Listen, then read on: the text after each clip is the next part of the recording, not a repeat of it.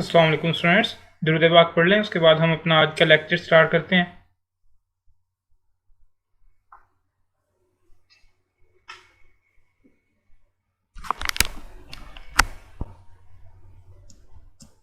जी तो स्टूडेंट्स, हमारा जो चैप्टर नंबर 14 है वो चल रहा था। हमने थोड़ा सा कल स्टार्ट किया था, उसका इंट्रोडक्शन देखा था, जिस चैप्टर का नाम है नेगोशिएबल इंस्ट्रूमेंट। और आज हम पहला नेगोशिएबल इंस्ट्रूमेंट जो है वो डिस्कस करने जा रहे हैं, जिसका नाम प्रोमाइजरी नोट है। आपका जो लेक्चर प्लान है उसमें थोड़ी सी चेंजिंग की गई है। इसको मैं जो है वो चैप्टर को, इस टॉपिक को मैंने पहले कर दिया और जो बाकी वाला टॉपिक था वो एंड पे ले गए हैं, वो हम एंड पे डिस्कस करेंगे। सबसे पहले हम प्रोमिसरी नोट और बिल ऑफ एक्सचेंज को कंप्लीट करेंगे। तो स्टार्ट करते हैं सबसे पहले प्रोमिसरी नोट से। देखें, जब बहुत पहले, आज से काफ़ी साल पहले, सदियां पहले, ये जो पैसे हैं ये करेंसी वगैरह नहीं हुआ करती थी। लोग बार्टर सिस्टम का इस्तेमाल करते थे। बार्टर सिस्टम क्या था? बार्टर सिस्टम था कि एक आदमी, किसान जो है वो अनाज उगाता है, वो गंदम उगाता है, वो चावल उगाता है, वो उस तरह की और सब्जियां उगाता है।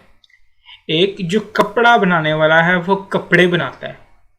अब जो कपड़ा बनाने वाला है वो अपने कपड़े किसान को देता था और उससे बदले वो अनाज ले लेता था अपने इस्तेमाल के लिए। इसको हम बार्टर सिस्टम कहते हैं कि एक चीज़ के बदले दूसरी चीज़ ले ली जाती थी, क्योंकि पैसे तो तब होते नहीं थे कि पैसों से खरीदी जाए। तो इसी तरह से लोगों ने सिस्टम बनाया हुआ था कि जिसके पास जो चीज़ होती थी, जिस चीज़ का वो काम करता था, वो चीज़ दूसरे बंदे को दे के वो जिस चीज़ का काम करता था और इस बंदे को उसकी ज़रूरत होती थी वो चीज़ ले लेता था। अनाज के बदले कपड़ा ले लेते थे। 1 किलो 2 किलो चावल के बदले इतना कपड़ा मिल जाएगा। इसके अलावा और खाने पीने की जो चीज़ें होती थी और फ्रूट्स वगैरह जो लोग उगाते थे, इस तरह से उनके बदले भी इस तरह के अशिया जो हैं वो ली जाती थी। इस तरह से ख़रीदो फरोख्त जो है की जाती थी। बाज़ारों में लोग पैसे लेके नहीं जाते थे। जो बाज़ार होते थे अपना अपना सामान लेके जाते थे और वहाँ पे वो सामान एक्सचेंज कर लेते थे। जिसको जिस चीज़ की ज़रूरत होती थी वो सामान ले लेता था। जैसे किसान अपने घर में अपना अनाज उगा के जो खुद ज़रूरत का चीज़ सामान होता था, जितना उसका अनाज ज़रूरत का होता था, घर की ज़रूरत का होता था, उसको अपने घर पे रख लेता था। बाकी उठा के बाज़ार चला जाता था। वहाँ पे वो जो लोगों को दे के बाकी ज़रूरत की चीज़ें, कपड़े और जो है वो इस तरह की चीज़ें, ज़रूरियात की अशिया वो ले लेता था। ये सिस्टम चलता होता था। उसके बाद लोग जो है वो डेवलप किए, सोना दरियाफ्त हुआ। तो सोने में जो है, सोने के सिक्कों में ये कारोबारी जो है वो ज़रूरियात पूरी होने लगी। अब अनाज के बदले, ज़रूरियाती अशिया के बदले सोने की लेन देन होने लगी। सोने के बदले 4 सोने के सिक्कों के बदले एक फल मिल रहा है, या कुछ सोने के सिक्कों के बदले एक घर मिल रहा है। काफ़ी सारे सोने के बदले एक चीज़ मिल रही है। लेकिन इसमें भी इशू आने लगा आस्ता आस्ता। क्या होता था कि सोना बहुत ज़्यादा हो जाता था तो उसको संभालना बहुत ज़्यादा मुश्किल हो जाता था। उस सोने को संभालना बहुत ज़्यादा मुश्किल हो जाता था।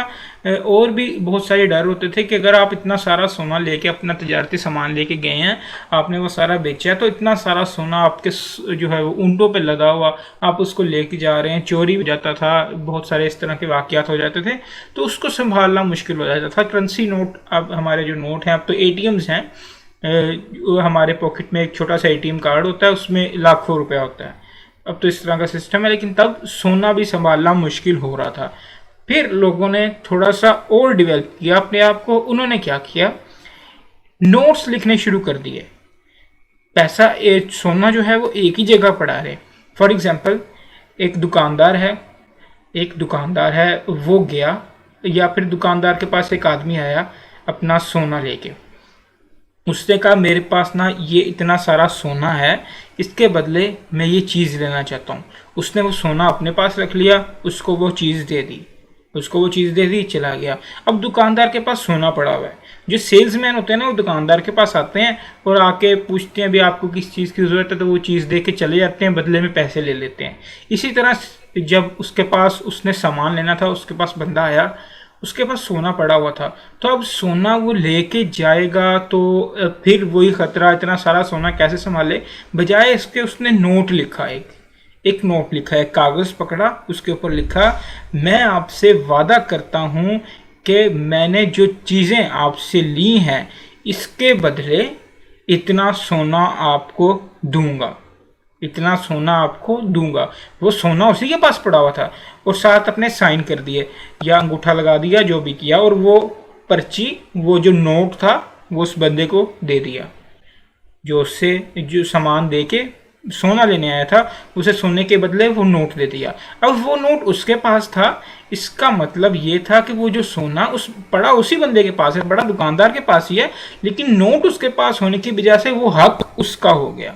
अब उसने जाके वो नोट किसी अगले बंदे को दे दिया अपने साइन करके कि मैंने उस बंदे से सोना लेना है, इतना सोना लेना है, आप मुझे बदले में ये चीज़ दे रहे हो, मैं बदले में ये वाला सोना आपको ट्रांसफ़र करता हूँ। पड़ा उसी बंदे के पास हुआ है, सिर्फ वो नोट के ज़रिए उस सोने की जो ओनरशिप है उसके राइट्स ट्रांसफ़र होते जा रहे हैं। ये जो नोट है, ये जो नोट चला, इसको हम प्रोमाइजरी नोट का नाम देते हैं, इसको हम प्रोमाइजरी नोट का नाम देते हैं।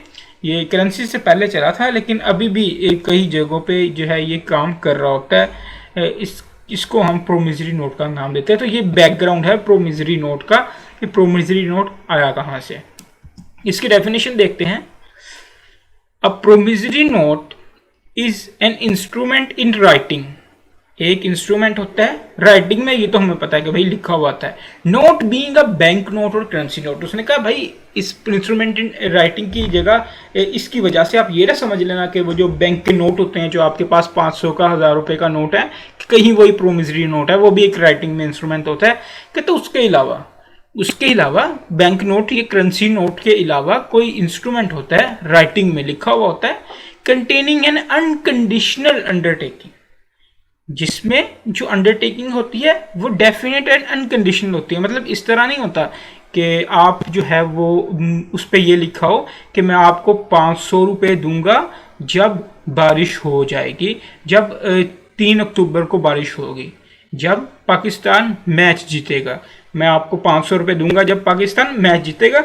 इस तरह की बात ना लिखी हो, कोई कंडीशन लगाई गई हो, अनकंडीशनल हो। इसको हमने तफसील से भी देखना है, ये एक एसेंशियल है इसका प्रोमिजरी नोट का। फिर वक्त आप इतना समझ लें कि वो अनकंडीशनल हो, उस पर कंडीशन लगाई गई हो। साइंड बाय मेकर, जिसने उसको बनाया है उसने उस पर साइन किए हो, ताकि पता तो चले कि उस बंदे ने वाकई पैसे देने हैं या नहीं देने। कोई ऐसी उसके नाम से तो प्रोमिजरी नोट नहीं चलाई जा रहा, उस बंदे ने उस पर साइन भी किए हो। टू पे ऑन डिमांड और at a fixed determinable future time, पे ऑन डिमांड भी हो सकता है या कोई डिटर्मिनेबल फ्यूचर टाइम में भी हो सकता है। इसका क्या मतलब है? वो ये भी कह सकता है कि मैं आपको 500 रुपये देने का वादा करता हूं जब भी आप मांगोगे तब, जब भी आप मांगोगे तब। ये पे ऑन डिमांड है। कब पे करोगे? जब आप डिमांड करोगे तब मैं पे कर दूंगा। इसको हम पे ऑन डिमांड कह सकते हैं। और डिटर्मिनेबल फ्यूचर टाइम का मतलब है कि मैं प्रोमिस करता हूं कि आपको 500 रुपये दूंगा 3 महीने बाद, 2 महीने बाद, 1 जनवरी 2020 को, 2 जनवरी 2020 को, कोई भी डेट अगर दे दे, कोई टाइम्स जो है वो सर्टेन कर दे, तो फिर वो क्या हो जाएगा? डिटर्मिनेबल फ्यूचर टाइम हो जाएगा।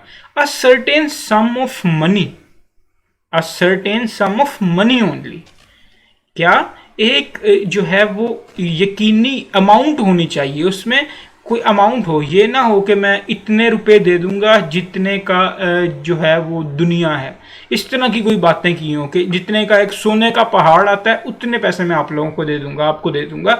बिल्कुल भी नहीं, इस तरह की बातें नहीं होनी चाहिए। एक सर्टेन सम होना चाहिए। Or to the order of a certain person, order of a certain person होगा तो क्या हो जाएगा? ऑर्डर इंस्ट्रूमेंट, ये हम कल बात पढ़ चुके हैं। Or to the bearer of the instrument, तो फिर वो इंस्ट्रूमेंट बियरर हो जाएगा। इसका मतलब है वो ऑर्डर इंस्ट्रूमेंट भी हो सकता है और बियरर इंस्ट्रूमेंट भी हो सकता है। लेकिन कल हमने एक और एक्सेप्शन सी देखी थी, जो मैंने आपको कहा था, ये आपको कल समझ आ रही होगी जब हम प्रोमिजरी नोट पढ़ रहे होंगे, कि बियरर प्रोमिजरी नोट सिर्फ किसके नाम पे ड्रा किया जा सकता है? 2 जो है वो अथॉरिटीज़ के, एक तो थी हमारी गवर्नमेंट, दूसरे थे बैंक्स। ये अलग बात है। फिर वक्त ये जो है इसकी डेफिनेशन है प्रोमिजरी नोट की, और यही हमारा सब कुछ है। हमने सारे एसेंशियल इसमें से निकालने हैं। किस तरह से? डेफिनेशन ज़रा दोबारा देखें। अब प्रोमिजरी नोट यानी कि प्रोमिस होना चाहिए पे करने का, प्रोमिस हो रहा हो पे करने का कि मैं पे करूंगा। ये एक एसेंशियल है, प्रोमिस टू पे एक essential. Is an instrument in writing, जो इन राइटिंग है ये एक एसेंशियल है। कंटेन एन अनकंडीशनल ओवरटेकिंग, ये डेफिनेट एंड अनकंडीशनल होना चाहिए, ये भी एक एसेंशियल है। साइंड बाय मेकर होना चाहिए, ये भी एक एसेंशियल है। सर्टेन सम ऑफ मनी होनी चाहिए, ये भी एक एसेंशियल है। सर्टेन पार्टीज होनी चाहिए, ये भी एक एसेंशियल है। ये सारे जो डेफिनेशन है ये सारी एसेंशियल्स मुश्तमिल है। इसके जो भी एसेंशियल्स हमने पढ़ने हैं ना अभी, वो सारे मिला के उन्होंने डेफिनेशन लिख दी है, और इन सब एसेंशियल्स को हम तफसील से डिस्कस करने वाले हैं। नेक्स्ट लाइन देखते हैं, the analysis of the definition shows that a promissory note in is a writing and signed promise to pay a certain sum of money to a specific person और his order. कहता है जी अगली ऊपर वाली जो definition आपने अभी अभी बताई है ना, वो पढ़ के हमें ये समझ लग रही है कि एक जो प्रोमिसरी नोट है वो राइटिंग में होता है, और जिसने प्रोमिस किया है उसने उसको साइन किया होता है, और साथ प्रोमिस किया होता है कि भाई मैं अमाउंट जो है वो पे करनी है, वो मैं पे कर दूंगा किसी स्पेसिफिक पर्सन को या उसके ऑर्डर पे। ठीक हो गया। ये हमारी ऊपर वाली डेफिनेशन का जो है वो एक किस्म का खुलासा उसने किया है। ये जो डेफिनेशन है ये हमारी प्रोमिसरी नो, ये हमारा जो एक्ट है नेगोशिएबल इंस्ट्रूमेंट एक्ट 1881, उसके अंडर ये डेफिनेशन लिखी हुई है और उसका खुलासा उसने किया है। इस डेफिनेशन को हम एक्सप्लोर करते हैं, थोड़ी थोड़ी इसकी आपको समझ आ गई होगी, कंप्लीट अभी समझ नहीं आई, ना ही आ सकती है जब तक हम इसके सारे एसेंशियल्स डिस्कस ना कर लें। बस आपके जहन में इतना सा इसका खाका सा बन गया होगा कि प्रोमिसरी नोट होता क्या है, कि किसी बंदे ने किसी के पैसे देने हैं तो वो पैसे देने की बजाय एक नोट लिख के दे देता है कि भाई मैं आपको इसके पैसे दे दूंगा। उस नोट का मतलब होता है कि ये जो है ये राइट क्रिएट हो चुका है उस बंदे के खिलाफ मेरा, कि मैंने उससे पैसे लेने हैं, ये राइट क्रिएट हो चुका है। इतनी सी बात है प्रोमिसरी नोट की। प्रोमिसरी नोट में दो पार्टीज होती हैं मेनली। पहला तो होता है मेकर, मेकर यानी नाम से शो हो रहा है जो प्रोमिसरी नोट बना रहा है। It is a person who makes the promissory note and promises to pay the money stated in, जो बना रहा है और जिसने पैसे देने हैं, जिस बंदे ने पैसे देने हैं वही प्रोमिसरी नोट बना रहा होता है।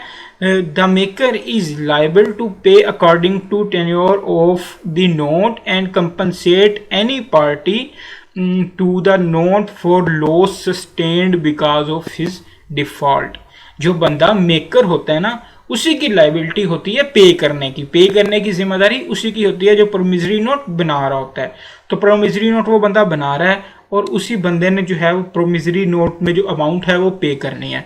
अगर कल के केस में उसने फर्ज करो कहा हुआ है कि मैं आपको 3 माह बाद अमाउंट पे करूंगा, वो 3 माह बाद अमाउंट पे नहीं करता और जिसकी वो अमाउंट पे नहीं करता उसको जो नुकसान हो जाता है तो कंपनसेट कौन करेगा? वही मेकर जिसने प्रोमिसरी नोट बनाया था, जिसने कहा था मैं आपको अमाउंट पे करूंगा, मैं आपको अमाउंट पे करूंगा, वही बंदा जो है वो कंपनसेट करेगा इस लॉस को। तो दो पार्टीज होती हैं बेसिकली प्रोमिसरी नोट में। एक मेकर होता है जो प्रोमिसरी नोट को बना रहा होता है और उसने पैसे पे करने होते हैं। दूसरा पे ही होता है जिसको पैसे पे करने होते हैं और जिसके लिए वो प्रोमिसरी नोट बना रहा होता है। अभी हम आगे जाके प्रोमिसरी नोट भी देखते हैं। फिल वक्त यहाँ तक बात जो है वो आप इतनी समझ लें कि प्रोमिसरी नोट अगर किसी ने किसी के पैसे देने हो ना तो वो पैसे देने की जगह एक नोट बना देता है जिसमें वो प्रोमिस कर रहा होता है कि मैं आपको पैसे दूंगा, मैंने आपके जो पैसे देने हैं वो फला डेट को फला दिन दे दूंगा। वो नोट जो है वो सबूत होता है इस बात का कि इस बंदे से उसने पैसे लेने हैं और अब उसका हक क्रिएट हो जाता है। ये उसका एक किस्म का सबूत होता है, ये उसका हक होता है, ये उसने लेना है। वो आगे किसी बंदे को उस पर साइन करके इंडोर्स करके जो हमने कर पड़ा साइन करके आगे ट्रांसफर कर दे। नेगोशिएबल इंस्ट्रूमेंट ट्रांसफरेबल होता है बाय डिलीवरी, वो उसे आगे ट्रांसफर कर दे तो हक आगे ट्रांसफर हो जाएगा। अब जिसको ट्रांसफर किया उस बंदे ने उसी पहले वाले बंदे से पैसे लेने हैं, अब वो उसके पास जाएगा पैसे लेके। अगर वो नहीं देता पैसे, डिफॉल्ट कर जाता है, तो उस बंदे का जो नुकसान होता है वो सारा भी वो कंपनसेट करेगा। और दो ही पार्टीज होती हैं, जो इंस्ट्रूमेंट बना रहा होता है, जो प्रोमिसरी नोट बना रहा होता है वो मेकर होता है, जिसके लिए बनाया जा रहा होता है वो पेई होता है। ये आपके सामने एक specimen of a promissory note आपकी आईकेप स्टेटस का ये स्क्रीनशॉट है, आपको शो हो रहा है। आपके जो है आईकेप स्टेटस में भी ये बना हुआ होगा। देखें किस तरह से वो प्रोमिसरी नोट बना रहा है। डेट उसने लिखी है सितंबर 15 20XX। राइट कॉर्नर पे उसने सबसे पहले डेट लिखी है, प्रोमिसरी नोट की डेट लिखी है कि इस डेट को मैं प्रोमिसरी नोट बना रहा हूँ।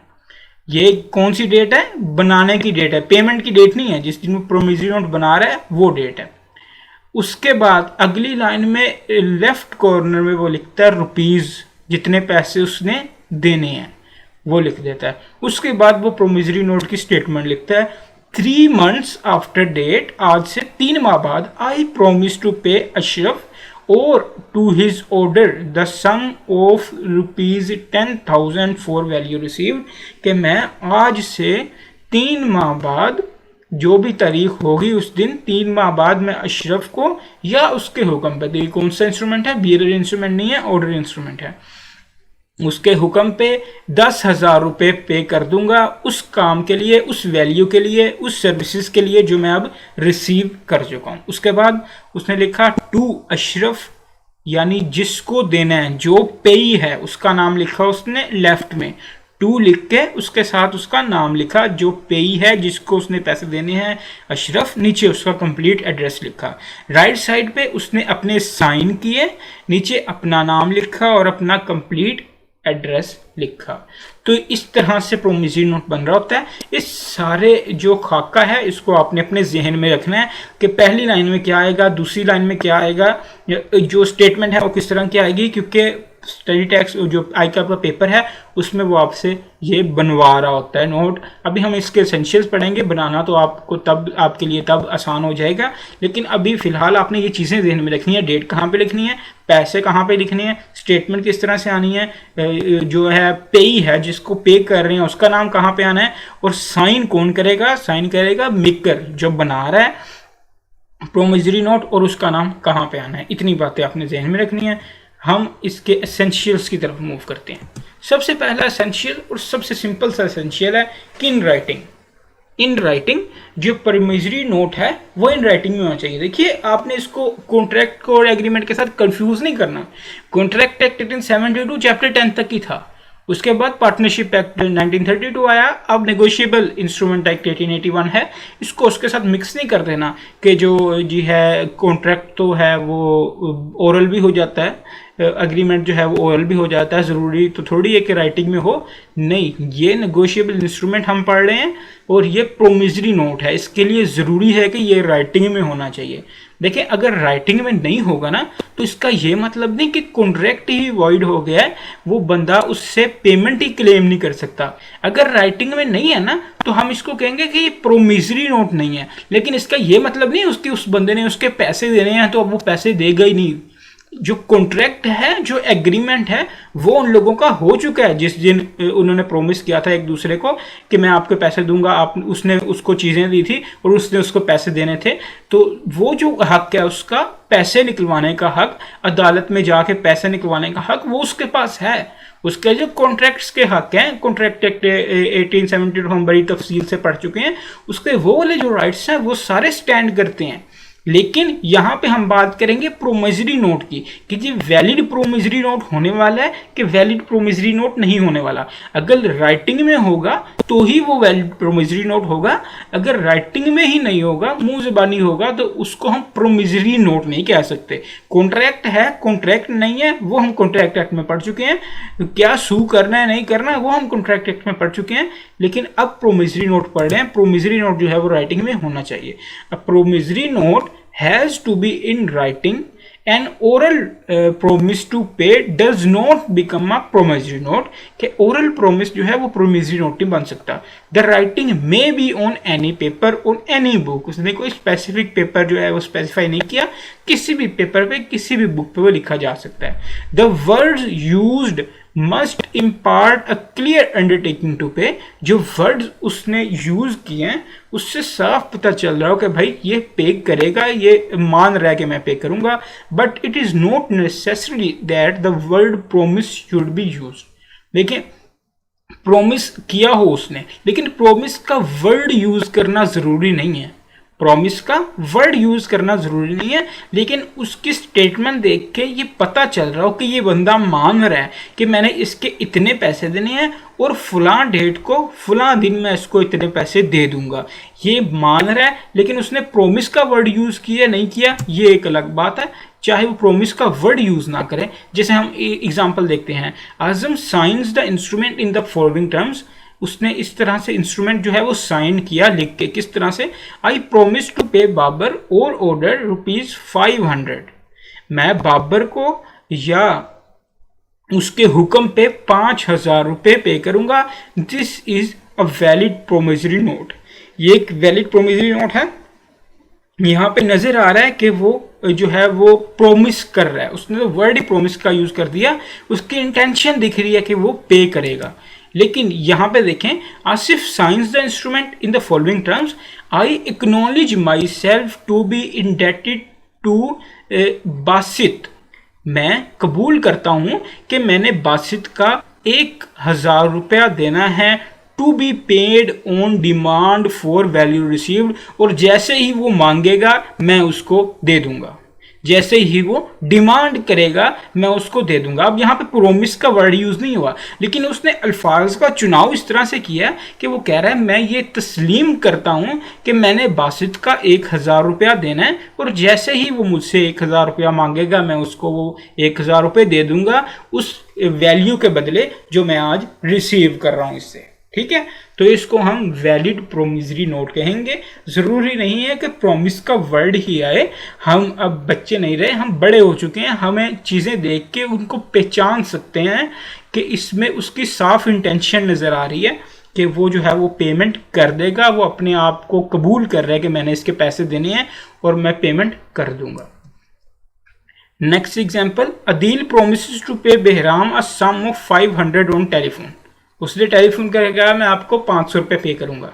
ये उनका एग्रीमेंट कॉन्ट्रैक्ट वगैरह हो रहा होगा, उस हवाले से उनकी जितनी लायबिलिटीज राइट्स हैं वो अराइज हो रहे होंगे, लेकिन ये वैलिड प्रोमिसरी नोट नहीं है क्योंकि ये राइटिंग में नहीं है। तो पहले एसेंशियल, मेन एसेंशियल है कि ये राइटिंग में होना चाहिए, और प्रोमिस टू पे जो हो रहा है उसमें प्रोमिस का वर्ड यूज करना जरूरी नहीं है, इंटेंशन शो करना जरूरी है कि वो एक किस्म का कबूल कर रहा है कि वो पैसे पे करेगा। नेक्स्ट एसेंशियल, बेसिकली ये प्रोमिस वाली बात इस पैराग्राफ में होनी चाहिए थी, लेकिन उन्होंने उस पैराग्राफ में लिख दी। चलो यहाँ पे भी हम इसको डिस्कस कर लेंगे कि प्रोमिस टू पे होना चाहिए। There must be a promise और क्लियर अंडरटेकिंग टू पे, या तो प्रोमिस कर रहा हो, साफ पता चल रहा हो कि वो पैसा पे करेगा। A mere acknowledgement of indebtedness is not a promissory note, कि सिर्फ इतनी बात वो कह दे कि मैं तस्लीम करता हूँ मैंने आपके 1,000 रुपये दे रहे हैं, तो इसका ये मतलब नहीं है कि वो जो है वो प्रोमिस कर रहा है। वो इतनी बात कहता है, फॉर एग्जांपल मिस्टर बी ए जो है वो मिस्टर बी से सामान लेता है और साथ उसको प्रोमिसरी नोट देता है। प्रोमिसरी नोट में क्या कहता है, मैं I acknowledge that I am indebted to mister B for ₹500, कि मैं कबूल करता हूँ कि मैं मिस्टर बी को 500 रुपये देने हैं, मैं जो हूँ वो मिस्टर बी का क्रेडिटर हूँ, जो है वो मिस्टर बी का क्रेडिटर हूँ, मैंने मिस्टर बी को 5 रुपये देने हैं, मैं कबूल करता हूँ। इससे ये कहीं पे नज़र नहीं आ रहा कि भाई तुम कब दोगे, तुम दोगे कि नहीं दोगे। उसने सिर्फ इतना कबूल किया है कि मैंने इसके पैसे देने हैं, कब देने हैं, कहाँ देने हैं, कोई पता नहीं। इसके हम काफ़ी एग्जांपल्स देखते हैं, आप लोगों को चीज़ें क्लियर हो रही होंगी। Although it is valid as an agreement and may be sued upon as such, यही मैंने बात की जो पहले कि भाई एग्रीमेंट और कॉन्ट्रैक्ट वाली कहानी जो है वो अपनी जगह पे वैलिड है, ये कॉन्ट्रैक्ट एग्रीमेंट बन रहा है, उस हवाले से मुकदमात जो हो रहे होंगे हम यहाँ पे बात करेंगे प्रोमिसरी नोट है कि नहीं, प्रोमिसरी नोट वैलिड है कि नहीं। तो जब प्रोमिस टू पे नहीं हो रहा तो प्रोमिसरी नोट नहीं बन रहा। Azam signs the instrument in following terms, ये हम एग्जांपल देख रहे हैं। Mister Bilal I owe you 1,000, mister Bilal मैं आपके 1,000 रुपये देने हैं, मैं आपके 1,000 रुपये देने हैं मिस्टर बिलाल, मैं कर्जदार हूं आपको भी 1,000 रुपये का। वो सिर्फ इस बात को तस्लीम कर रहा है, कोई प्रोमिसरी नोट नहीं है। यहाँ पे कोई प्रोमिस नहीं नजर आ रहा कि मैं आपको पैसे दूंगा भी या नहीं दूंगा, मैं आपको दूंगा ही नहीं, क्या पता देगा ही नहीं, क्या पता कब देगा, कुछ भी नजर नहीं आ रहा। यहाँ पे सिर्फ वो ये कबूल कर रहा है कि मैंने इस बंदे से 1,000 रुपया लिया हुआ है। फॉर हमारी जुबान में कहें तो वो ये कह रहा है कि मैंने इस बंदे से 1,000 रुपया उधार लिया हुआ है, वो सिर्फ इतनी बात कर रहा है। तो यहाँ पे किसी किस्म की कोई प्रोमिस नजर नहीं आ रहा, तो ये इसको हम प्रोमिसरी नोट नहीं कह सकते। क्यों? क्योंकि ये एसेंशियल है कि प्रोमिस टू पे हो, प्रोमिस हो पे करने का किसी भी तरह से, चाहे प्रोमिस का वर्ड नहीं है लेकिन प्रोमिस नजर आ रहा हो पे करने का। नेक्स्ट देखें, Asif signs the instrument in the following terms, I am liable to pay to Baqir ₹500। मैंने बाकिर के 500 रुपये देने हैं। वो इस बात को तस्लीम कर रहा है कि मैं इसका कर्जदार हूँ, मैंने इसको जो है वो पैसे देने हैं, मैंने इससे पैसे लिए हुए हैं, लेकिन कोई प्रॉमिस नज़र नहीं आ रहा कि मैं ऐसे पैसे दूंगा, ये नहीं दूंगा, कब दूंगा, इस तरह की कोई बात नज़र नहीं आ रही, इसलिए ये वैलिड प्रोमिसरी नोट नहीं है। इसको देखें, I have taken from Behzad ₹2000, मैंने बेहजाद से 2000 रुपये लिए, and I am accountable to him for the same with interest, और मैं उसको इन 2000 रुपये के लिए जवाबदेह हूँ। मैं उसको अकाउंटेबल का मतलब होता है जवाब, मैं उसको जवाबदेह हूँ। यहाँ पे भी प्रोमिस नहीं नजर आ रहा कि भाई तो बता देगा कि नहीं, जवाबदेह तो है, जवाब तो नाम है दे देगा, वो आपसे पैसे मांगेगा, आप कहोगे मैं नहीं देता, ये भी जवाब ही है। अब जवाबदेह तो हो, प्रॉमिस नहीं नजर आ रहा कि आप पे करोगे कि नहीं पे करोगे, कब पे करोगे, इस तरह की कोई बात नजर नहीं आ रही, जिसकी बेस पे हम कहेंगे ये प्रोमिसरी नोट वैलिड नहीं है।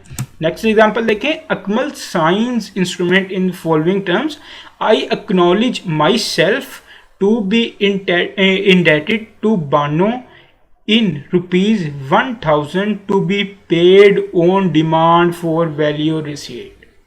अब यहाँ पे नजर आ रहा है कि मैं बानो के 1000 रुपये देने हैं और मैं उस कब पे करूंगा, जैसे ही वो मांगेगी, पे on demand for the value received, जब भी बानो मांगेगी मैं खुद से ये कबूल करता हूँ, आई एक्नॉलेज माई सेल्फ, मैं खुद से ये कबूल करता हूँ, to be indebted to Bano के, मैं बानो के जो है वो पैसे देने हैं, कितने, ₹1000, मैंने बानो के 1000 रुपये देने हैं, मैं इसको कबूल करता हूँ, to be paid on demand, और जैसे ही वो डिमांड करेगी मैं पे कर दूंगा। अब देखें यहाँ पे इंटेंशन, प्रोमिस का वर्डिंग है, लेकिन इंटेंशन नजर आ रही है कि वो पे करना चाह रहा है, वो कब पे करेगा, जैसे ही वो मांगेगी वो तब पे कर देगा for value received. This is a valid promissory note, इसको हम वैलिड प्रोमिसरी नोट कह सकते हैं। तो प्रोमिस टू पे होना चाहिए, प्रोमिस का वर्ड हो ना हो ये चीज मैटर नहीं करती, इस सेंटेंस से उसके जो उसने लिखा हुआ है उस चीज से नजर आ रहा हो कि इसकी इंटेंशन है पैसा पे करने की, सिर्फ ये चीज ना लिखी हो कि हाँ भाई मैं तेरे पैसे देने हैं, चलो दे देंगे। फिर पंजाबी में हम लोग कहते हैं हाँ भाई मैं तेरे देने हैं पैसे, दे देंगे, कुछ नहीं होता, इस तरह की बात ना हो कि भाई दे देंगे। क्लियर इंडिकेशन नजर आ रही हो, इंटेंशन नजर आ रही हो कि वो जो है वो पे करने जा रहा है, क्लियर अल्फाज में उसके प्रोमिस नजर आ रहा हो, झलक रहा हो उसके अल्फाज से कि ये बंदा जो है ये पैसे देगा, इसको हम वैलिड प्रोमिसरी नोट का नाम देंगे। दो एसेंशियल्स देख लिए, पहला एसेंशियल था कि वो राइटिंग में हो, प्रोमिसरी नोट लिखा हुआ हो, दूसरा था किसी तरह से प्रोमिस नजर आ रहा हो, प्रोमिस टू पे हो, तीसरा है जी डेफिनेट एंड अनकंडीशनल हो। अब देखें जो हमने कॉन्ट्रैक्ट एक्ट में पढ़ा था ना, definite and unconditional, offer chauffeur, उससे ये चीज़ डिफरेंट है, उसको आपने लहदा रखना है, इसको लहदा रखना है। डेफिनेट एंड अनकंडीशनल का यहाँ पे क्या मतलब है, the promise must not depend upon the happening of some uncertain event. Uncertain event का मतलब है कि अगर सर्टेन इवेंट की हैपनिंग कंडीशन है ना तो वो कंडीशन सही है, तो उसको हम जो है वो कंडीशनल नहीं कहेंगे, उसको हम अनकंडीशनली कहेंगे।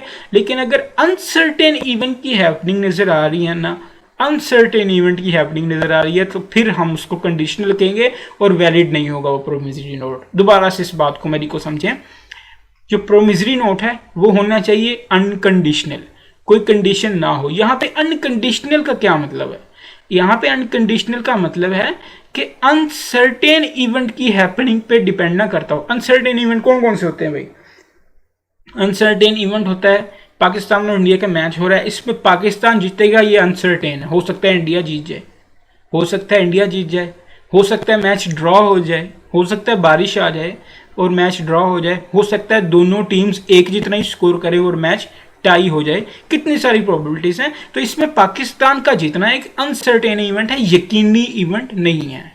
तो अगर इस तरह का प्रोमिस है कि मैं प्रोमिस करता हूं कि मैं आपको 500 रुपये दूंगा आपकी डिमांड पे जब पाकिस्तान जीत गया, जब पाकिस्तान जीत गया तो मैं आपको मिस्टर ए को या मिस्टर ए के ऑर्डर पे 500 रुपये दूंगा। अगर पाकिस्तान और इंडिया के मैच में पाकिस्तान जीत गया। तो ये एक अनसर्टेन इवेंट है और इसका जो हैपनिंग और नॉन हैपनिंग है इस इवेंट इस जो प्रोमिसरी नोट की, वो एक अनसर्टेन इवेंट पे डिपेंड कर रही है, जिसकी वजह से हम इसको प्रोमिसरी नोट नहीं कहेंगे, जिसकी वजह से हम इसको प्रोमिसरी नोट नहीं करेंगे। लेकिन कोई अगर सर्टेन इवेंट होता, फॉर एग्जांपल मैं आपको 10 लाख रुपए दूंगा जब मिस्टर ए की डेथ हो गई, मैं आपको 10 लाख रुपए दूंगा या आपकी डिमांड पे 10 लाख रुपए दूंगा जब मिस्टर ए की डेथ हो गई। जो डेथ है वो सर्टेन इवेंट है, मौत यकीनी है, कुल्लु नफ्सिन जायकातुल मौत, जो हर जात है उसने अल्लाह ताला के अलावा जितने भी जाने हैं, जो भी चीज़ है उस हर चीज़ ने मौत का जायका चखना है। तो मौत क्या है, यकीनी है। अब कब होगी, मिस्टर ए कब मरेगा, ये एक अलग डिस्कशन है, लेकिन इवेंट तो सर्टेन है ना, इवेंट तो सर्टेन है, तो यकीनी है, आनी ही आनी है, आज नहीं तो कल मौत आनी आनी है, ये सर्टेन इवेंट है। तो अगर इस तरह सर्टेन इवेंट की हैपनिंग पे डिपेंड कर रही है तो प्रोमिसरी नोट वैलिड हो सकता है। लेकिन अनसर्टेन इवेंट है जिसका कोई पता नहीं कि होना भी है या नहीं होना, ऐसा इवेंट जो इम्पॉसिबल टू परफॉर्म भी हो सकता है। इम्पॉसिबल टू परफॉर्म कैसे हो सकता है, मिस्टर ए को मैं जी 10,000 रुपये मिस्टर ए से प्रोमिसरी नोट मिस्टर ए के नाम पे बना रहा है कि भाई मिस्टर ए आपको 10,000 रुपये दूंगा अगर आप मिस सी से शादी कर लें। अब अगर मिस सी मर गई, इवेंट इम्पॉसिबल, मिस सी की किसी और से शादी हो गई तो फिर भी इवेंट जो है वो तकरीबन नियरली इम्पॉसिबल हो गया। तो इस तरह का इवेंट जो है वो सर्टेन नहीं है, ये एक अनसर्टेन इवेंट है।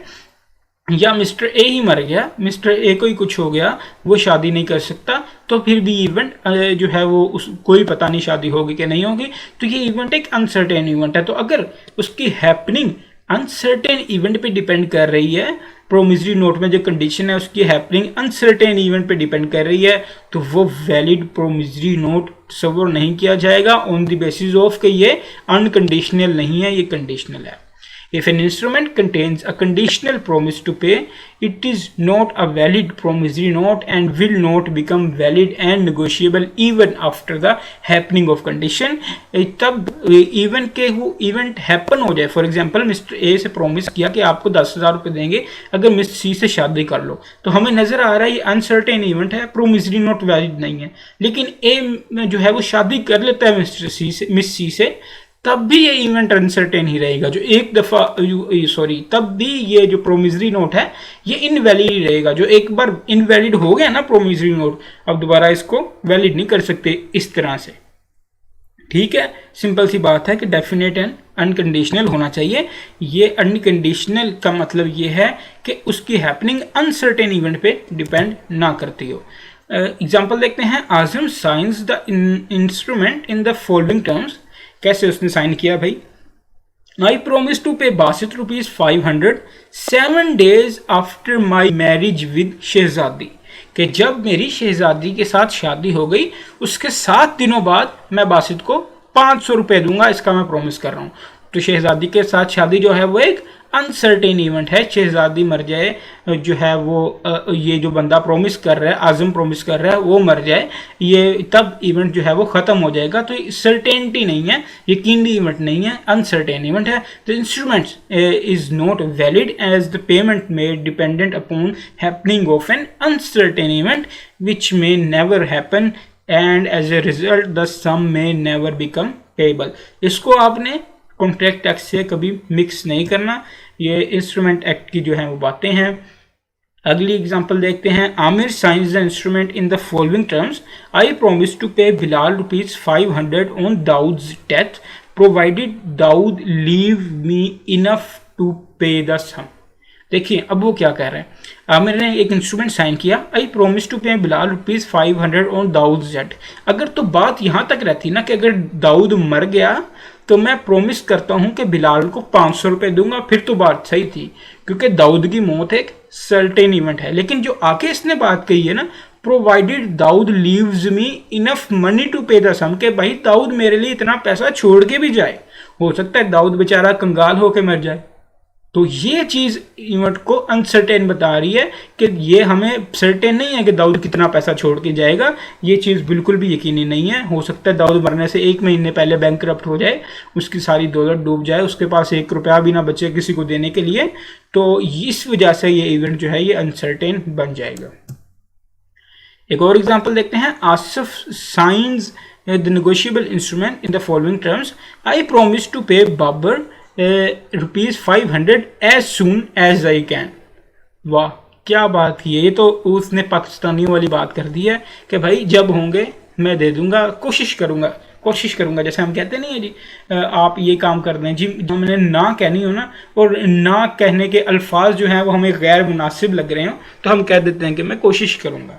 ये इसने बात की है कि जितनी जल्दी हो सका ना मैं आपको 500 रुपये की पेमेंट कर दूंगा, जितनी जल्दी हो सका मैं आपको 500 रुपये की पेमेंट कर दूंगा। हो सकता है उसकी जल्दी आई ना, as soon I as can, जितनी जल्दी मैं कर सका, हो सकता है वो कर ना सके, वो टाइम ही ना आए। तो अनसर्टेनिटी है यहाँ पे। the instrument is not valid as the payment is made dependent upon the happening of uncertain event which may never happen। ये हो सकता है कभी भी उसके जो है वो ऐसी उसके पास उसकी औकात ना आए कभी भी पे करने की, वो कभी पे कर ही ना सके। As soon as I can, जितनी जल्दी मैं कर सका वो कर ही ना सके, तो ये हो सकता है ये इवेंट कभी हो ही ना, इसी वजह से इसको भी अनसर्टेन करार दिया जाएगा।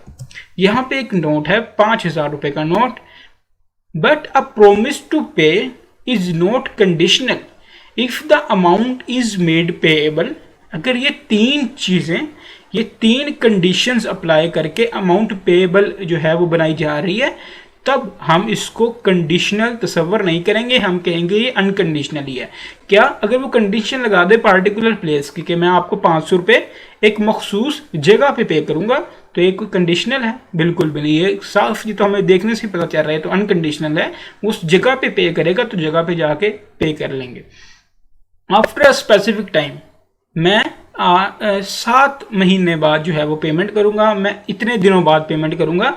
तो ये अगर वो इस तरह कह दे एक स्पेसिफिक टाइम के बाद पेमेंट करूंगा, तब भी हम इसको कंडीशनल तस्वर नहीं करेंगे, अनकंडीशनल ही रहेगा, प्रोमिसरी नोट वैलिड ही रहेगा। On happening of an event which must happen although the time of its happening may be uncertain. अब यहाँ पे इसने डेथ वाली बात कर दी कि एक ऐसे इवेंट की हैपनिंग पे डिपेंड कर रहा हो जो होना है, लेकिन कब होना है हमें ये नहीं पता, लेकिन ये हमें कंफर्म पता है कि होना है। डेथ के केस में ऐसे ही है ना, हमें पता है कि डेथ होनी है, हर बंदे ने मरना है, लेकिन हमें ये नहीं पता कि बंदे ने कब मरना है। तो अगर ये 3 कंडीशंस हों तब भी इसको कंडीशनल तस्वर नहीं किया जाएगा। Ajmal signs and instrument stating I promise to pay Babar ₹500 7 days after Salim's death.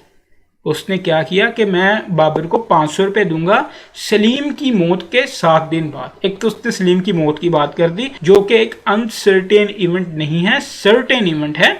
उसकी डेथ होनी ही होनी है, लेकिन टाइम पता नहीं कब होनी है, लेकिन होनी है। 7 days आफ्टर, ये जो बात कर दी उसने, आफ्टर स्पेसिफिक टाइम वाली भी बात साथ ही कर दी। 7 days आफ्टर, इस केस पे भी हम इसको कंडीशनल तस्वर नहीं कर सकते, क्योंकि ये 3 बातें हमने पढ़ ली। इन 3 बातों को आपने अपने जहन में रखना है, इनको आपने अपने फिंगर टिप्स पे रखना है। यहां से जब भी सिनेरियो आएगा वो इन 3 बातों की जरूर बात करेगा, लाजमी बात करेगा। तो इन तीनों बातों को कम से कम आपने अपने फिंगर टिप्स पे रखना है कि अगर कोई पार्टिकुलर प्लेस है या आफ्टर स्पेसिफिक टाइम है या कोई इस तरह का इवेंट है जो होना लाजमी है, लेकिन वो कब होगा ये नहीं पता, तब उसको हम कंडीशनल, इस तरह के जो है वो सिचुएशन को हम कंडीशनल नहीं कह सकते, अनकंडीशनल ही होगी और जो इंस्ट्रूमेंट है वो वैलिड रहेगा। नेक्स्ट पॉइंट है साइंड बाय मेकर।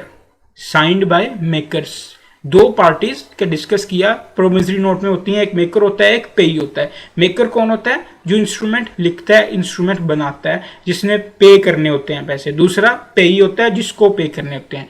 तो यहाँ पे ये नहीं कह रहा साइंड बाय पेई, ये बात नहीं कर रहा। वो क्या कह रहा है? Signed by maker. एक ही बंदे के साइन चाहिए हमें प्रोमिसरी नोट पे, जो प्रोमिस कर रहा है पे करने का, जिसने वो नोट बनाया है। सिर्फ उसी बंदे के हमें प्रोमिसरी नोट पे साइन चाहिए, एक ही बंदे के जिसने वो नोट बनाया है। तो इसमें क्या समझाने की ज़रूरत है, बस ये समझाने की ज़रूरत है कि भाई अगर वो पढ़ा लिखा नहीं है, साइन नहीं कर सकता, अंगूठा लगा दे, अंगूठा छाप है तो अंगूठा लगा दे, बस। और कोई इसमें समझाने की बात नहीं है। इसमें ये भी देख लें, I promise to Asif writes the instrument but does not sign. Asif ने लिख दिया लेकिन उसको साइन नहीं किया, तो ये वैलिड प्रोमिसरी नोट कंसीडर नहीं किया जाएगा। सर्टेन पार्टीज, उसमें जो पार्टीज है ना प्रोमिसरी नोट में, वो सर्टेन होनी चाहिए। मेकर कौन है, पेई कौन है। नाम लिखना जरूरी नहीं है, नाम लिखना जरूरी नहीं। कोई ऐसा ओहदा भी हो सकता है कि वो सिर्फ एक ही है। मैं सदर पाकिस्तान को 500 रुपया दूंगा, पाकिस्तान में सदर एक ही है। मैं वजीर आजम पाकिस्तान को 500 रुपया दूंगा। अब इसका यह मतलब नहीं कि वजीर आजम पाकिस्तान कोई अनसर्टेन पर्सनैलिटी है, वो एक ही है। मैं जो है वो CFE के प्रिंसिपल को 1 लाख रुपया दूंगा, मैं राइस के प्रिंसिपल को 1 लाख रुपया दूंगा, मैं स्कैंस के प्रिंसिपल या कोई भी आपका इदारा है, मैं उसके प्रिंसिपल को 1 लाख रुपया दूंगा, तो वो एक ही है, वो सर्टेन है। तो जब ये बात आएगी कि सर्टेन पार्टीज होनी चाहिए, तो आपने ये नहीं ढूंढने लग जाना कि भाई नाम नहीं लिखा हुआ, नाम नहीं लिखा हुआ तो सर्टेन नहीं है पार्टीज। सेपरेटली आइडेंटिफाइबल हो कि ये मेकर है, ये मेकी है, मेकी कह रहा हूँ, पेई है, ये मेकर है, ये पेई है। मेकर कौन है, बनाने वाला। राइट साइड पे उसके साइन हुए होते हैं प्रोमिसरी नोट पे, और नीचे उसका नाम एड्रेस लिखा होता है। प्रोमिसरी नोट पे लेफ्ट साइड पे पेई का नाम एड्रेस लिखा होता है। वो दोनों सेपरेटली आइडेंटिफाई हो रहे हों, अगर चाहे उनका नाम लिखा हो, चाहे उनका ऐसा ओहदा लिखा हो जो यूनिक है कि सिर्फ वो ही हैं और कोई नहीं है, पता चल रहा हो कि ये फुला बंदा है, ये फुला बंदा है, तो हम कह सकते हैं कि भाई ये पार्टी सर्टेन है। The instrument points out with certainty as to who is maker and who is the payee. ये सर्टेन होना चाहिए कि मेकर कौन है और पेई कौन है। Where the maker and the payee can not be identified with certainty, the instrument even if it contains an unconditional promise to pay is not a promissory note. अगर payee और maker certain नहीं है ना, तो चाहे उसके बाकी essential जितने मर्जी पूरे करते फिरो, तब वो promissory note valid promissory note consider नहीं किया जाएगा।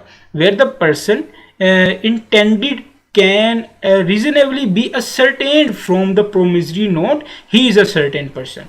क्या कहता है, वही बात कर रहा है कि अगर वो उस बंदे को आराम से आइडेंटिफाई किया जा सकता है प्रोमिसरी नोट में से, चाहे उसका नाम नहीं लिखा, certain person although he may be misnamed, वो मिसनेम है, और डेजिग्नेटेड बाय डिस्क्रिप्शन ओनली, या उसकी कोई डेजिग्नेशन कोई डिस्क्रिप्शन लिखी हुई है जिससे पता लगाया जा सकता है कि ये बंदा वही बंदा है, जिससे साफ पता चल रहा है ये बंदा वही बंदा है। जैसे मैंने कहा सदर पाकिस्तान, तो साफ पता चल रहा है कि ये बंदा आरिफ अलवी है। जब वज़ीर आज़म पाकिस्तान, तो साफ पता चल रहा है इस वक्त वज़ीर आज़म जो है वो शहबाज शरीफ है। तो इस तरह की बात क्लियर साफ पता चल रही हो। A promissory note payable to the principal of a college is regarded as payable to a certain person. अगर किसी एक स्पेसिफिक कॉलेज के प्रिंसिपल को वो प्रोमिसरी नोट जो है वो पेएबल बना रहे हैं, CFE का प्रिंसिपल ले लें, आप अपना राइस का प्रिंसिपल ले लें, किसी भी जो है वो कॉलेज का स्कैंस वगैरह का प्रिंसिपल ले लें, हम उनके नाम पे जो है वो बना रहे हैं प्रोमिसरी नोट, तब साफ उनका नाम अगर चाहे नहीं लिखा, लेकिन वो पार्टीज जो हैं वो आइडेंटिफाई की जा सकती हैं, तो हम इनको सर्टेन पार्टीज और वैलिड प्रोमिसरी नोट कहेंगे। अगली बात, सम पेएबल मस्ट बी सर्टेन। अब यहाँ तक जितने हम एसेंशियल देख रहे हैं, ये वो ज़रूरी चीज़ें हैं जो प्रोमिसरी नोट में होनी चाहिए। ये हमने डेफिनेशन ही पढ़ी है जिसको हम एक्सप्लोर कर रहे हैं, और जैसे ही एसेंशियल्स पूरे हो जाएंगे आपको डेफिनेशन वैसे याद हो जाएगी। अगर आपको एसेंशियल सारे समझ में आ जाएंगे, एसेंशियल सारे जहन नशी हो जाएंगे, डेफिनेशन आपको खुद ही याद हो जाएगी। सम पेएबल मस्ट बी सर्टेन, जो सम पे कर रहे हैं वो सर्टेन होना चाहिए, जो सम पे कर रहे हैं वो सर्टेन होना चाहिए कि भाई कितने पैसे पे कर रहे हैं, ये हमें पता होना चाहिए कि ये कितने पैसे पे कर रहा है। ये ना हो कि वो कह रहा हो कि मैं आपको इतने पैसे पे करूंगा जितने आपने ज़िंदगी में कभी देखे ही नहीं है, तो अब बिल्कुल भी सर्टेन नहीं है कि ये कितने पैसे पे करने की बात कर रहा है, तो ये वैलिड प्रोमिसरी नोट नहीं है। अगर तो वो लिख रहा है ना कि मैं आपको 1 लाख रुपये पे करूंगा, तो हमें पता चल रहा है कि भाई ये सर्टेन अमाउंट है, ये सर्टेन अमाउंट पे की बात कर रहा है। अगर वो लिख रहा है कि मैं आपको 1 लाख रुपया पे करूंगा और जितना फाइन होगा ना उतना पे करूंगा, कितना फाइन भाई, क्या है फाइन, क्या कुछ भी सर्टेन अमाउंट नहीं है, तो वो सर्टेन अमाउंट होनी चाहिए, जो जितना भी अमाउंट पे करनी है वो सर्टेन होनी चाहिए। It is essential that sum of money promised to be payable must be certain and definite. The amount payable must not be capable of contingent addition or subtraction. Contingent addition और subtraction का क्या मतलब है? मैं आपको 500 रुपये पे करूंगा प्लस वो अमाउंट अगर कोई जितना नुकसान हुआ, जितना फाइन हुआ। अब ये कंटिंजेंट एडिशन है, ऐसी एडिशन जो सर्टेन नहीं है, जिसका पता नहीं भाई कितना फाइन है, क्या चीज़ है, तो पता नहीं चल रहा कुछ भी, तो हम इसको जो है वो वैलिड प्रोमिसरी नोट कंसीडर नहीं कर सकते। या कंटिंजेंट सब्ट्रैक्शन हो सकती है कि मैं आपको 500 रुपये पे करूंगा, लेकिन इसमें से मैं उतने पैसे काट लूंगा जितना जो है वो कमीशन बनेगा, उस टाइम मेरा कमीशन बनेगा, उतने में पैसे काट लूंगा जितने भी % कमीशन हुआ। तो यहाँ पे चीज़ें सर्टेन नहीं है कि वो कितनी अमाउंट पे करने वाला है। सम पेबल सर्टेन होना चाहिए कि भाई मैं 1 लाख रुपए पे करूंगा। अगर कोई फाइन वगैरह की जिक्र करना है तो वो भी सर्टेन अमाउंट होनी चाहिए। मैं आपको 1 लाख रुपए और 500 रुपये फाइन, टोटल 1500 रुपये पे करूंगा, ये सर्टेन अमाउंट होनी चाहिए। अगर वो ऐसे कहता है कि मैं आपको 1 लाख रुपए पे करूंगा और साथ कोई फाइन पे करूंगा और फाइन की अमाउंट सर्टेन नहीं है, कोई अमाउंट नहीं दी हुई, सिंपल उसने कहा है कि मैं फाइन पे करूंगा, तो वो एक जो है वो वैलिड प्रोमिसरी नोट कंसीडर नहीं किया जा सकता। एग्जांपल देख लेते हैं। आई promise to pay Bilal ₹500,000 and all other sums which shall be due to him. उसने कहा मैं 5 लाख रुपए आपको पे करूंगा और इसके अलावा जितना भी पैसा उस वक्त आपको देना होगा वो मैं सारा पे कर दूंगा। तो इसमें अमाउंट सर्टेन नहीं है, कितना पैसा देना होगा कुछ भी पता नहीं है। तो 5 लाख रुपए सर्टेन है। अगर ये बात 5 लाख तक ही रहती तो हम इसको वैलिड प्रोमिसरी नोट कंसीडर कर लेते हैं। यहाँ पे ये इनवैलिड प्रोमिसरी नोट हो गया क्योंकि सम पेबल सर्टेन नहीं है।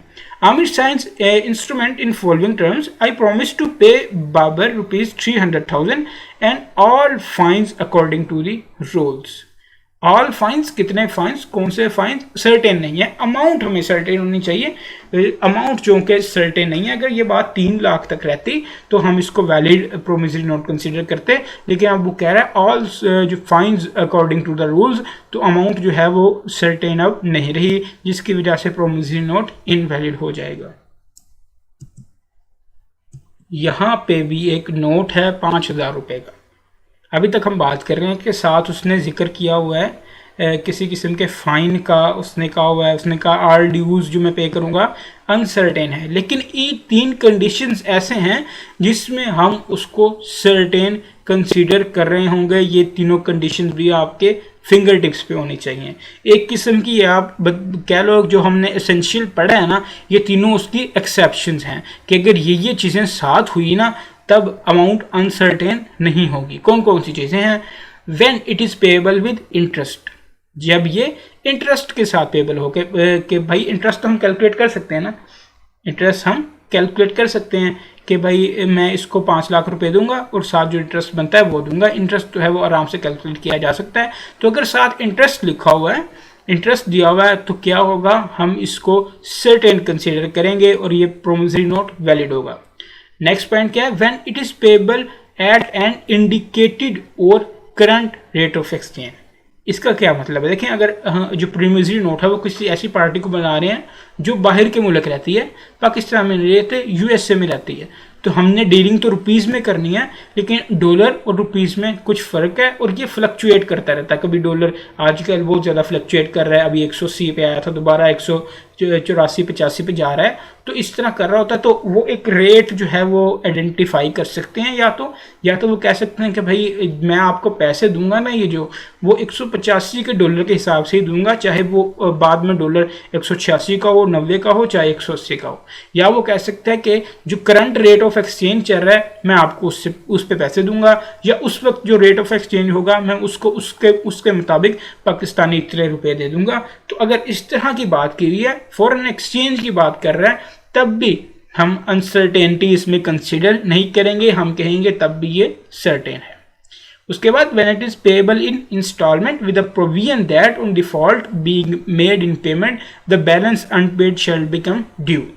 अगर किस्तों में पे कर रहा है और एक साथ ये शर्त पहले से उन्होंने रखी हुई थी कि भाई अगर आप किसी किस्म की इंस्टॉलमेंट पे नहीं करोगे तो जितनी अमाउंट आपकी देने वाली रहती है ना, वो सारी की सारी ड्यू हो जाएगी, वो सारी की सारी ड्यू हो जाएगी, वो सारी की सारी आप पे करोगे। अगर इस तरह की शर्त रखी हुई है फॉर एग्जाम्पल उसने एक साल की किस्तें की हैं, 12 किस्तें 1000 रुपए की, 12,000 रुपया लेना है, हर महीने 1000 रुपया लेना है। पहले महीने वो 1000 रुपया देता है, दूसरे महीने 1000 रुपया देता है, तीसरे महीने 1000 रुपया नहीं दे पाता। वो 2000 दे चुका है, 10,000 रहना है, लेना है उसने, 10,000 रहता है, 10,000 उसका देने वाला रहता है। तो तीसरे महीने जैसे वो डिफॉल्ट कर गया, वो नहीं दे सका, अब जितना उसका 10,000 रहता है वो सारा का सारा रिव्यू हो जाएगा, किस्तों वाला सिस्टम खत्म हो जाएगा। अगर कोई इस तरह का केस भी हो तब भी हम अनसर्टेनिटी कंसीडर नहीं करेंगे, हम कहेंगे ये जो है ये प्रोमिसरी नोट सर्टेन है और ये एक वैलिड प्रोमिसरी नोट है। इन तीनों कंडीशंस को आपने याद कर लेना है, ये आप लोगों की फिंगर टिप्स पे होनी चाहिए। A promise to pay is not conditional nor is the sum payable uncertain by reason of the sum payable being subject to adjustment for profit or loss as the case may be of the business of the maker। ये तो आपने introduction to accounting वाली बातें करनी शुरू कर दी। यहाँ पे क्या कह रहा है, कहता भाई जो सम पेबल है ना वो सर्टेन हो ही नहीं सकता। इसकी रीज़न क्या हो सकती है कि भाई जो बंदा प्रोमिसरी नोट बना रहा है या जिसको भी हम दे रहे हैं, उन लोगों का बिजनेस कोई चल रहा है, उस बिजनेस में वो प्रॉफिट एंड लॉस कैलकुलेट करते हैं। अगर आप लोगों ने अकाउंटिंग पढ़ी है तो आपको SOCA का पता होगा, SOFP का पता होगा, बैलेंस शीट क्या होती है, जो है वो आपकी इनकम स्टेटमेंट क्या होती है। इनकम स्टेटमेंट में हम प्रॉफिट और लॉस कैलकुलेट कर रहे होते हैं। अगर यहाँ पे हम ए पॉइंट देखें, जो इंटरेस्ट आ रहा होता है ना, इंटरेस्ट, वो हम प्रॉफिट में से माइनस कर रहे होते हैं, वो हम प्रॉफिट में से माइनस कर रहे होते हैं। जिन लोगों को नहीं पता उन्हें मैं बता देता हूँ। जो कोई भी बिजनेस होता है, आप लोग जनरली समझिए, कोई भी बिजनेस होता है उसमें हम जो है वो प्रॉफिट और लॉस कैलकुलेट करते हैं। ऐसे ही है, बिजनेस का मकसद ही होता है ना प्रॉफिट कमाना। अगर तो बिजनेस अच्छा चल रहा है तो उसमें प्रॉफिट आ रहा होता है, अगर तो बिजनेस बुरा चल रहा है तो उसमें लॉस आ रहा होता है। इन केस जब इंटरेस्ट के केस में, अगर इंटरेस्ट जो है वो हमने किस में से माइनस करना था, प्रॉफिट में से माइनस करना होता है। हमारा जितना प्रॉफिट बन रहा है उसमें से इंटरेस्ट माइनस होता है, फिर जो है वो हमारा फाइनल प्रॉफिट आ रहा होता है, जितना हमारा प्रॉफिट है। तो अगर इंटरेस्ट ही सर्टेन नहीं होगा तो वो बेचारा किस तरह से माइनस करेगा, वो बेचारा किस तरह से माइनस करेगा उसे प्रॉफिट में।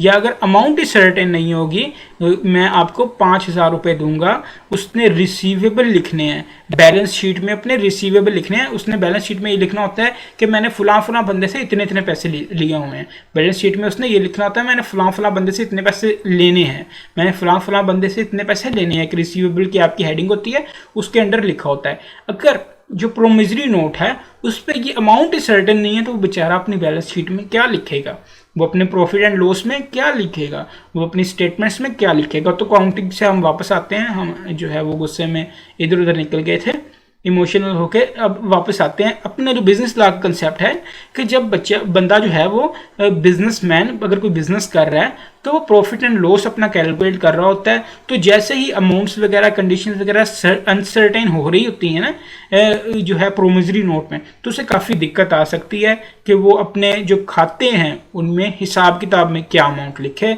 ये सिंपल सी बात है, ये जो पॉइंट आपका टेस्ट नहीं हो सकता, ये मैं बता दूं अभी तक कभी भी टेस्ट नहीं हुआ और ये ऐसा पॉइंट भी नहीं लग रहा टेस्ट होने वाला। तो मेन चीज़ें ऊपर वाली आप लोगों ने अपने जहन में रखनी है। तीनों पॉइंट्स आप लोगों के फिंगर टिप्स में होने चाहिए कि इन केसेस में सम पेएबल जो है वो हम सर्टेन कंसीडर करते हैं। Sum payable must be legal tender, sum payable must be legal tender. जो सम पेएबल है वो लीगल टेंडर होना चाहिए। इसका क्या मतलब है? इसका मतलब है जो सम पेएबल है ना, जो हम अमाउंट लिख रहे हैं वो पाकिस्तानी रुपीज़ में होनी चाहिए, वो पाकिस्तानी रुपीज़ में होनी चाहिए, वो डॉलर में नहीं हो सकती, वो किसी बार्टर सिस्टम वाले सिस्टम में नहीं हो सकती कि मैं आपको 1 किलो टमाटर के जितनी मिक़दार होती है वो दूंगा, मैं आपको 1 किलो टमाटर दे दूंगा, मैं आपको जो है वो 2 किलो सोना दे दूंगा, 2 तोला सोना दे दूंगा, 10 तोला सोना दे दूंगा। इस तरह की चीज़ें नहीं होनी चाहिए। वो लीगल टेंडर होना चाहिए, वो अमाउंट होनी चाहिए, वो स्पेसिफिक मनी होनी चाहिए, पैसा होना चाहिए, पाकिस्तानी रुपये होना चाहिए। आप promise to pay a certain amount of foreign currency, वो फॉरेन करेंसी नहीं हो सकती।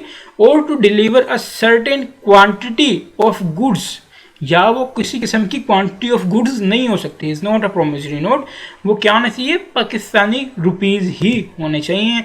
And instrument signed by Asif, I promise to pay Kamal rupees, Kamal या कमाल जो भी है, rupees 50,000 and to deliver him my black horse, कि मैं आपको 50,000 रुपये दूंगा और काला घोड़ा भी दूंगा। तो भाई ये जो काले घोड़े वाली बात आ गई, ये लीगल टेंडर नहीं रहा। लीगल टेंडर का क्या मतलब है? पाकिस्तानी रुपी। बस इस चीज़ को ध्यान में रख लें, वो पाकिस्तानी रुपी ही होना चाहिए, इसके अलावा और कोई चीज़ नहीं होनी चाहिए।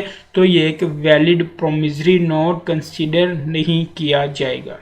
ये था हमारा छोटा सा प्रोमिसरी नोट। ये थे इसके एसेंशियल्स। एसेंशियल्स को जो है वो आप अच्छी तरह से देख लें। उसके बाद हम मूव करते हैं क्वेश्चंस पे। यहाँ पे वीडियो को पॉज करके एसेंशियल्स को देख लें, याद नहीं करना, सिर्फ ये देख लें। एक बार पहले डेफिनेशन को देखें, एसेंशियल को सॉरी पहले देखें आप लोग कि इस एसेंशियल का ये मतलब है, अच्छा इस एसेंशियल का ये मतलब है, ये एसेंशियल है। उसके बाद आप एक बार डेफिनेशन को देखें। ये डेफिनेशन है तो आपको इतनी आसान लगी होगी कि जैसे आपको एसेंशियल की समझ आ गई, घर जाके अपने लेक्चर के बाद थोड़े थोड़े एसेंशियल आपने पढ़े तो आपको डेफिनेशन खुद ब खुद याद हो जाएगी। इसको एक बार देखें ज़रूर। उसके बाद हम क्वेश्चन को डिस्कस करते हैं। यहाँ पे वीडियो को पॉज करके एक बार देख लें उनको। तो जो क्वेश्चन है हमारा, पहला क्वेश्चन बड़ा अच्छा क्वेश्चन है, बेस्ड ये हमारा ऑटम 2010 का क्वेश्चन है, 7 मार्क्स के लिए आया था और आपका एक स्टेट है इसका प्रैक्टिस क्वेश्चन नंबर 6 है। Based on the provisions of negotiable instrument act 1881 briefly explain whether the followings are promissory notes or not. ये एक्सप्लेन करो कि जो नीचे नोट्स हैं, प्रोमिसरी नोट्स, ये वैलिड हैं कि नहीं है।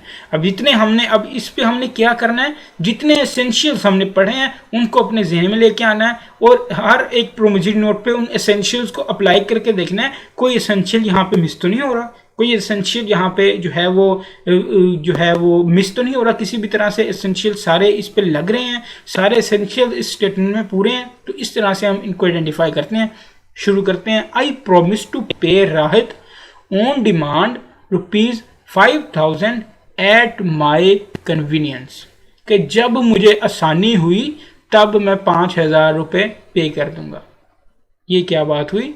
ना कोई सर्टेन टाइम है, कुछ भी नहीं है, ये अनकंडीशनल नहीं है, कंडीशन अप्लाई कर रहा है। क्या कंडीशन है? एक अनसर्टेन सी कंडीशन है कि जब मुझे आसानी हुई। उसे आसानी हो ही ना, कंडीशन अनसर्टेन है ना, उसे कभी भी आसानी ना हो, वो कभी पे ही ना करेगा, इसका मतलब। ठीक है, तो ये कंडीशन सर्टेन नहीं है। जब मुझे आसानी हुई तब मैं 5,000 पे करूंगा। तो वो वाला एसेंशियल के जो इंस्ट्रूमेंट है वो डेफिनेट एंड अनकंडीशनल होना चाहिए, वो एसेंशियल पे ये स्टेटमेंट पूरी नहीं उतर रही, जिसकी वजह से हम कह सकते हैं ये एक इनवैलिड जो है वो financial instrument, sorry negotiable instrument है। Next statement, on demand I promise to pay Sonu और ऑर्डर ₹5,000 फॉर वैल्यू रिसीव्ड। इसमें सब कुछ फिलहाल तो सही नजर आ रहा है कि भाई मैं सोनू को जब भी वो मुझसे पैसे मांगेगा 5,000 रुपये दे दूंगा, उस चीज़ के बदले, उस वैल्यू के बदले जो मैंने अब रिसीव की है, इसका मैं वादा करता हूँ। प्रॉमिस भी कर रहे हैं, इन राइटिंग भी है, सब कुछ है, तो इसको हम कह सकते हैं कि भाई ठीक है, ये वैलिड प्रोमिसरी नोट है। नेक्स्ट की बात करते हैं। आई प्रोमिस टू पे दिल और order ₹5,000 and 5,000 shares of sigma limited. ये बिल्कुल ही अनसर्टेन सी बात होगी, बल्कि ये लीगल टेंडर ही नहीं रहा। अभी हम लास्ट एसेंशियल पढ़ के आए हैं कि लीगल टेंडर होना चाहिए, कोई गुड्स नहीं हो सकते, सिर्फ क्या होना चाहिए, पाकिस्तानी रुपीस में होनी चाहिए। उस हवाले से भी इसको इनवैलिड प्रोमिसरी नोट कंसिडर किया जा सकता है। Next statement, I promise to pay Mahi or order ₹5,000 with interest calculated at quarterly rest. तो यहाँ इंटरेस्ट की बात होगी तो ये हमारी उस एग्जम्पशन में आ गया। ठीक है, याद आ गई ना आपको बोली एग्जम्पशन। नेक्स्ट पॉइंट नंबर 5 की बात करते हैं। आई प्रोमिस टू पे यू और योर सक्सेसर्स ऑन डिमांड ₹10,000। यहाँ पे अब क्या चीज़ मिस हो रही है, गौर से देखें। मिस हो रहा है पे, किसको पे करना है? यू कौन है? यू कौन है? आइडेंटिफाइबल नहीं है, पार्टी सर्टेन नहीं है। हमने बात की थी पार्टी सर्टेन होनी चाहिए, ये कोई ऐसी डेजिग्नेशन हो जिससे पता चल रहा हो कि वो एक ही बंदा है। यहाँ पे प्रोमिसी ही सर्टेन नहीं है। यू कौन है? पता नहीं यू कौन है। ठीक है, तो ये भी इनवैलिड प्रोमिसरी नोट होगा। आई प्रोमिस टू पे राफी और ऑर्डर ₹10,000 7 days आफ्टर सालिक्स डेथ। जैसे ही सालिक की डेथ हो जाएगी उसके 7 दिन बाद मैं 10,000 रुपये दे दूंगा। सालिक डेथ जो है वो सर्टेन इवेंट है, कब होगा ये हमें नहीं पता, लेकिन इवेंट तो सर्टेन है ना, और 7 दिन बाद दे दूंगा। आफ्टर सम टाइम वाला पॉइंट भी हमने देखा था, इसको हम वैलिड प्रोमिसरी नोट कंसीडर करेंगे। Last point, I am liable to pay Ahmad ₹5,000। मैंने अहमद के 5,000 रुपये देने हैं। मैं ये तस्लीम कर रहा है मैं कर्जदार हूँ, अहमद का उसके 5,000 रुपये मैंने देने हैं। ये प्रोमिस, कोई इंटेंशन, कोई एसेंशियल उसका नज़र ही नहीं आ रहा। ये सिर्फ वो एक एक्नॉलेजमेंट है कि मैंने उसके पैसे देने हैं। प्रोमिस नज़र नहीं आ रहा कि उसके पैसे मैं दूंगा कि नहीं दूंगा। तो ये 7 मार्क्स के लिए क्वेश्चन आया था ऑटम 2010 में। आपका प्रैक्टिस क्वेश्चन नंबर 6 है। इसका सोल्यूशन है आपकी बुक में भी दिया गया, इसको भी आप देख लीजिएगा। स्प्रिंग 2016 में प्रैक्टिस क्वेश्चन नंबर 7 है आपका, 4 मार्क्स के लिए पूछा गया। क्या पूछा गया? Sarwat owes ₹500,000 to Zain. The amount is payable on 11 August 2016. Sarwat intends to issue a negotiable instrument to Zain in satisfaction of her debt. क्या सिचुएशन है? सरवत ने जैन के 5 लाख रुपए देने हैं और सरवत चाहता है कि वो एक नेगोशिएबल इंस्ट्रूमेंट इशू करे। देखें, जिसने पैसे देने होते हैं वो कौन सा इंस्ट्रूमेंट लिख रहा होता है? प्रोमिसरी नोट लिख रहा होता है। जो बंदा प्रोमिसरी नोट लिख रहा होता है, मेकर होता है, वो उसने पैसे देने होते हैं। तो यहाँ पे साफ नजर आ रहा है सरवत ने पैसे देने हैं, वो कोई नेगोशिएबल इंस्ट्रूमेंट लिखना चाहता है। तो वो कौन सा नेगोशिएबल इंस्ट्रूमेंट लिखेगा? वो promissory note लिखेगा। Advise Sarwat about the type of negotiable instrument which may be issued to Zain, assuming that Sarwat does not want to involve a third party in making the payment. Sarwat किसी third party को involve नहीं करना चाहता। सरवत जो है वो कौन सा इंस्ट्रूमेंट लिखे?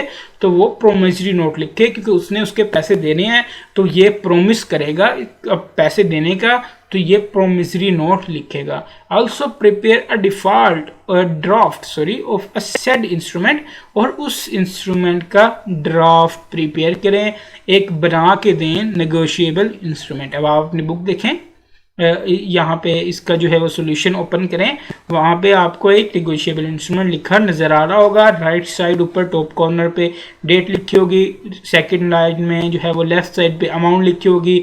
बाकी चीज़ें जो उसने नहीं बताई वो हम एज्यूम कर सकते हैं। टाइम यहाँ पे कैलकुलेट कर लें। अमाउंट इज़ पेएबल ऑन 11 अगस्त। आप ये भी लिख सकते हैं कि मैं 11 अगस्त को जो है वो पैसे दूंगा।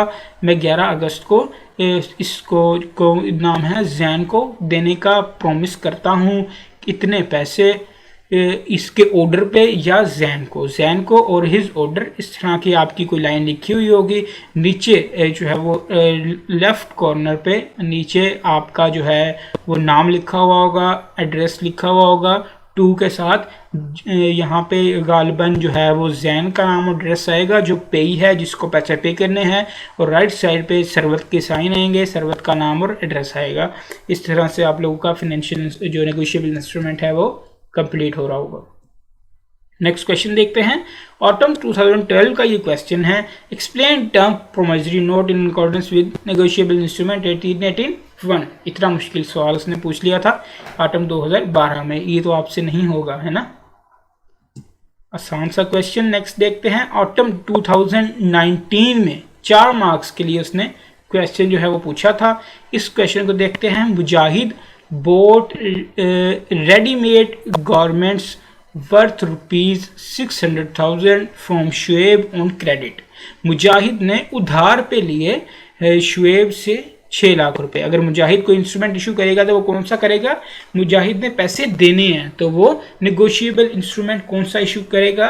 Promissory note. वो लिखेगा कि मैं प्रोमिस करता हूँ आपको मैंने इतने पैसे देने हैं। The amount is payable on 25 December 2020। Mujahid wants to issue a negotiable instrument in satisfaction of his debt to Shuaib without involving a third party for the payment। वो थर्ड पार्टी को इन्वॉल्व नहीं करना चाहते। देखिए ये बार बार third party क्यों जिक्र आ रहा है, क्योंकि बिल ऑफ एक्सचेंज में हम देखेंगे 3 पार्टीज होती हैं, तो वो थर्ड पार्टी वाली लाइन लिख के ये बावर करवाना चाहता है कि आप लोग समझ जाएं ये बिल ऑफ एक्सचेंज इशू नहीं करने जा रहा। कल हम बिल ऑफ एक्सचेंज पढ़ रहे होंगे तो हमें पता चल रहा होगा वहाँ पे 3 पार्टीज होती हैं। Under the provision of the Negotiable Instrument Act 1881, identify the type of negotiable instrument which मुदाहिद may issue to shave in satisfaction of his debt। तो टाइप हम आइडेंटिफाई कर चुके हैं, वो प्रोमिसरी नोट है। Also prepare a draft of the said instrument। यहाँ पे भी उसने ड्राफ्ट पूछ लिया। ये आपके आई स्टेट टैक्स का क्वेश्चन नहीं है, इसलिए ड्राफ्ट जो है वो मैंने यहाँ पे दिया हुआ है। जितने देखें डेट लिखी हुई है 26 सितंबर 2020, ₹600,000 ओनली। देखें जो आप लोगों को इन्फॉर्मेशन नहीं ना होती, फॉर एग्जांपल आप लोगों को वो डेट नहीं दी गई जिस डेट पे इन दोनों की ट्रांजैक्शन हुई है, जिस डेट पे वो इंस्ट्रूमेंट बना रहा है, वो डेट आप अपनी तरफ से एज्यूम कर लें। वो डेट जब आपने एज्यूम कर ली, 26 सितंबर एज्यूम की है, तो इंस्ट्रूमेंट पेबल 25 दिसंबर को है या 26 दिसंबर को है, तो तकरीबन 3 माह बन जाते हैं। तो हम इस तरह लिख सकते हैं कि 3 months after date I promise to shave or his order the sum of ₹600,000 for value received। जो एंड पे सवाल पे लिखता है ना, यू में assume necessary details, ये हमें आज़ादी दे देता है कि जो जो चीज़ें उसने नहीं बताई वो हम अपनी तरफ से assume करके लिख लें।